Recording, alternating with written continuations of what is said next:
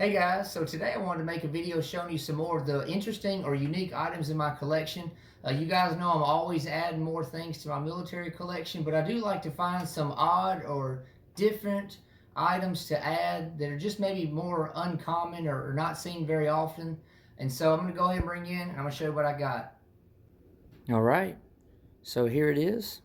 See, kind of a pretty good variety of things this time. So I'll go ahead and start here in the back.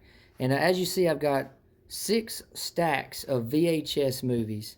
And these are all war movies. And honestly, when I was a teenager, this is kind of what I collected first. These VHS movies before, DVDs were really a popular thing, even books and stuff like that. And, some of these VHS movies were never made into DVDs, and some of them are out of print. And I guess somewhat collectible or desirable. I wouldn't say necessarily rare or very expensive or anything like that, but I see, as you see, a lot of you guys probably recognize some of these movies. A lot of good ones here. Unfortunately, I don't have a VHS player no more. I'm sure I could find one at Goodwill or a yard sale, but a lot of history with these VHS movies for sure, and I'm thankful to have them in my collection. Right here, I got this little group of random items here, and the reason I have them here is they've been in another video before, but these all have to do with the Philippines. And so this is a really nice handmade knife. Unfortunately, it is broken right here, but pretty cool heavy knife with a wooden handle. But someone has etched Philippines in there, and my guess would be that it was probably a U.S. soldier more than likely during the war. And it's got the scabbard with it, which is pretty cool. It's canvas with leather on the inside. Very nice item. And then right here you see it says 1945 and then Philippines, and it's basically like a wooden boot. And it's basically been, this knife has been made into a letter opener.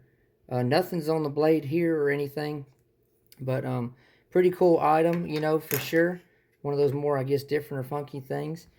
And then right here, there's these shoes that I believe were handmade. Could have been made by, someone on the island in the Philippines.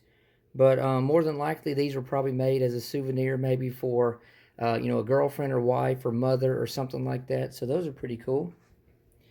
Right here, I've got some pretty cool rounds, bullets. These are actually Russian hunting cartridges, 7.6254R, which is really nice. It says these the cartridges for shooting big game animals. And then you see it's got Russian writing there. And then on the back, before loading, make sure that your rifle fits for this cartridge. And see, it's got some Russian writing there as well. I definitely would not shoot these. To me, they're collectible, but I'm thankful to have them in the collection.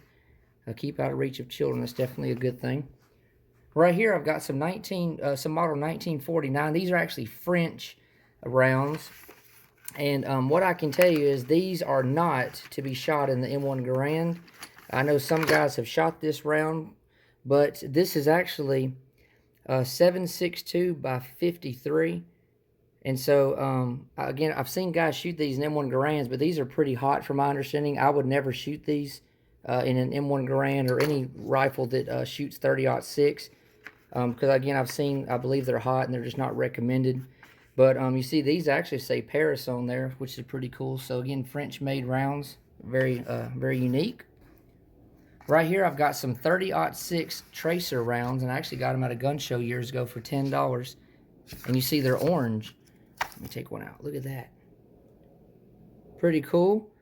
Lake City from 1965 or 69. I think it's 69. But really nice. Again, I would never shoot these, just collectible, but really nice tracer rounds there. They would be fun to shoot in the dark, but I don't know. We'll see. Right here, now this is a really unique item. This is an old pocket knife, and I'll show you. It says Camelus on there. It's kind of hard to make out the rest of it. But New York. But again, Camelus, probably I would guess a World War II era knife, if not before. But the reason this is in the video is when I opened up the blades on it the other day, I noticed there's sand down inside. If you can see the little specks of sand. I'm trying to get my camera to focus. See if it's going to cooperate. But anyways, I think you might have seen some of it. But there's sand on some of the blades, just a little bit. But there's definitely a lot or quite a bit down on the inside. And so it makes me wonder if this pocket knife was near a beach somewhere. Was it carried by a soldier during an amphibious landing? I mean, who knows, right? You can probably see it now. See the sand down inside there? And there's quite a bit down on the bottom there. So it's just one of those things. We'll never know the story, but your mind can go in so many different directions. But it would be really cool to think or know that that's where that sand came from. Right here, I've got three. These are M1 carbine magazine dust covers. And honestly, I forgot I had these. And I was digging around today and I found them. These actually would go over top of the top of the magazine, and it would prevent, dust, dirt, sand, debris from getting inside of there, and maybe having issues with, the rounds feeding, or getting stuck together or whatever else. But these are pretty cool. Honestly, again, like I said, I forgot I had them. I've got three of them, which this one's kind of boogered up. I can reshape it, but they are again made out of rubber, and pretty different, unique item there. Right here, I've got the Society of the Remagen Bridge. This is a certificate. These were given out in 1955 on the 10th anniversary of March 7th, 1945, when the Ludendorff Bridge over the Remagen was taken. And I didn't know this was a thing until a while back, but these were given to soldiers, units that participated in the capture of the bridge. And so this was actually something that was created by President Eisenhower, for, again, to be issued and given to the members of the units that took place in the capture of the bridge. So that's pretty cool. And this one's actually named on the back to Earl Bell, who was a 9th Armored veteran.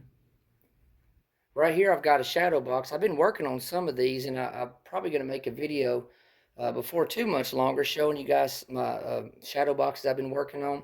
Still a work in progress, but the reason I have this one to share with you is, unfortunately, I got these photos and stuff in this book and the patch. I won it in a Deal or No Deal group, but there was no name on any pictures or anything at all, unfortunately, so I have no idea who this 9th Armored veteran is. But the reason it's in this video, sorry, it's got some stuff on there. The reason it's in this video is, let me show you, where is it? This photo right here. You see there's a soldier standing with actually a girl. Looks like a woman, but it's supposed to be a girl. It mentions a girl on the back. And then you see there's three guys right there behind him. And what's interesting, though, is one of these guys back here would be the soldier whose pictures these all belong to. And on the back of the photo, he said the guy to the left of him and the guy standing with the girl were both killed, I think like 2 days later, or a couple days later, or 2-3 days later. And so again, the soldier right there front and center was killed not long after this photo. And again, I'm not, when it said, talked about to the guy to my left, I don't know if this is the guy whose pictures it is, and he's talking about this guy in the middle was killed, or if the guy here in the middle is the guy whose pictures these are, and he's talking about the guy to his left. So again, of the 4 soldiers, 2 of these guys were killed within a couple of days or so after the photo was taken. So that's kind of interesting. And the last thing I want to share with you, this was in a video actually just recently with the grouping, but this belonged to a 9th Armored veteran, Howard Tice Ruff. I got a ton of his stuff. And this is actually an M41 jacket that he had custom made or tailor made. And what's really cool and unique about it, you can probably tell now, is the liner on the inside. It's got like it's like a weird sheen or satin type, not a glossy look. It's kind of hard to figure out the right word to say, but it's like a sheen or satin look. It's real shiny and everything. I've never seen a liner like this before, but it's, if you can kind of see there, it's really cool. What am I trying to say? The appearance of it, I guess, or how it has that really nice look to it and everything. Definitely interesting for sure, and a cool and unique piece and item. And I'm thankful to have it in the collection and to have been able to reunite it with other items of this veteran. But anyways, guys, I hope you liked this video. I know it's been a while, but just had a lot to go on in life. But everything's okay. Looking forward to the show of shows. We've got what it would be 31 days until the show, if I'm not mistaken, or is it 32? Today's what, January 19, 12, 32 days. If you're a member, February 20, 32 days until the show of shows. I look forward to seeing you guys there. Come up and say hi. Let's talk, hang out, take pictures. And I hope we all score some really cool stuff while we're there. Anyways, guys, God bless all of you. And I'll be getting back to you soon. Thank you.